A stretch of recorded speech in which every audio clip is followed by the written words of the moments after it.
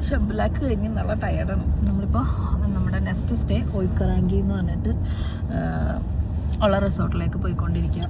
അത് ഭയങ്കര വലിയ മൗണ്ടൻ റിസോർട്ടാണ്, ഭയങ്കര അടിപൊളിയാണെന്നാണ് പറഞ്ഞു കേൾക്കുന്നത്.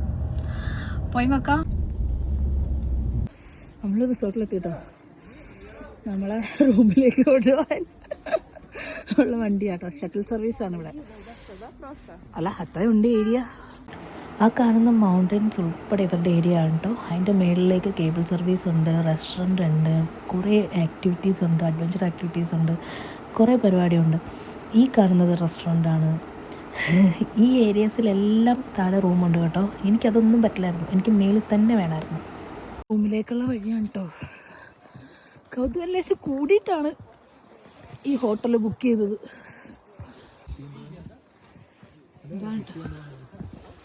ഓ, നമ്മുടെ പെട്ടിയില്ലേ, അതിൽ കയറ്റി വിടും. നമ്മുടെ റൂം ഇവിടെ അവിടെ എങ്ങാണ്ടാണ്, ഈ മരത്തിൻ്റെ മുകളിൽ. എൻ്റെ ദൈവമേ, ഈ മലയും കുന്നും കയറി ഇറങ്ങണം എല്ലാ ദിവസവും റൂമിൽ നിന്ന് കയറി ഇറങ്ങാൻ. ഞങ്ങളെയും കൂടി ആ ലഗേജ് വരുന്ന കൂട്ടത്തിൽ കയറ്റി വരണമെങ്കിൽ വളരെ നല്ലതായിരുന്നു. എൻ്റെ അമ്മോ, സ്റ്റിൽ ഇനിയും കയറാണ്ട് മേളിലേക്ക്. അവനില്ല, നമ്മെ കയറിയിരുന്ന് വന്നുണ്ട്.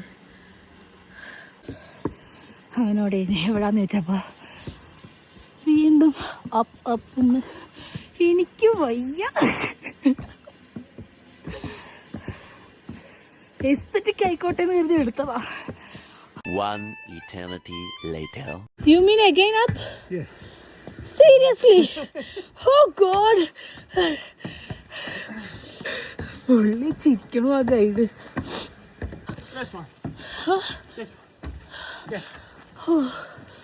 നോക്ക്, ഈ റൂമിലേക്ക് വരാൻ വേണ്ടി.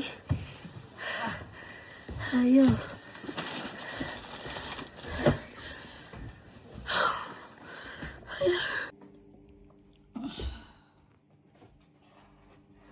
വുഡൻ സെറ്റപ്പാ.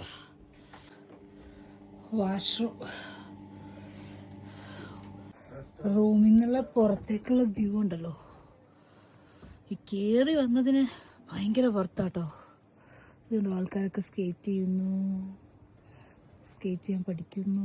അവിടെ വേറെ ടൈപ്പ് ഓഫ് ഹൗ, അങ്ങനെ ഇങ്ങനെ. ഓ, കിടിലം വൈബ്.